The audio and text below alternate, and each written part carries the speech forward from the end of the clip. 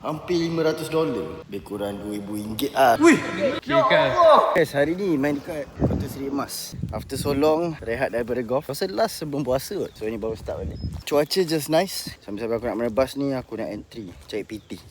Jangan jadi pemalas. Duduk kat rumah, terkangkang. Duit pun tak masuk, apa pun tak ada. Apa yang jadi dengan price sekarang ni, okay. So, based on M30 punya trend line ni, H1 dengan M30 lah. Dia dah breakout dah. Biasanya bila dia dah breakout trend line ni, dia nak buat perubahan arah lah. Macam yang aku belajar dekat dalam e-book Full Swing Formula. Sebab contohnya dia tengah buat uptrend. So once dia dah break the trend line, maksudnya dia nak buat reversal ataupun perubahan arah, di mana dia nak buat penurunan pula. So bila nak buat penurunan, kau entry lah sell. Jangan banyak-banyak tanya, kau entry je sell. Kau percaya je kitab Full Swing Formula tu. So aku entry sell dulu. Tak payah banyak-banyak lah. Done entry, sekejap lagi kita update. Main golf dengan ni pemuda UMNO kita. Ni pun Esko kak?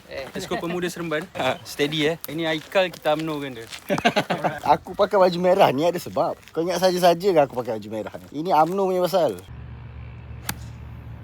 Apakah kejadian di Patri ini? Aikal on Aikal. Wih, Ya Allah, sepanjang aku main golf, ini paling hampir nak hole in one weh. Ingat nak tiup je.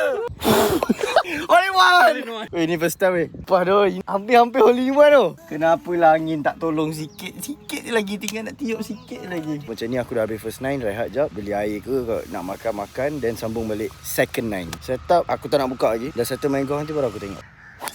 Cun. Okay, setelah beberapa hole, so sekarang ni hole ke-9. Pasal aku nak update dah. Kian lah, aku nak tengok lah apa jadi dengan setup tadi. Fuish! $450. Hampir $500.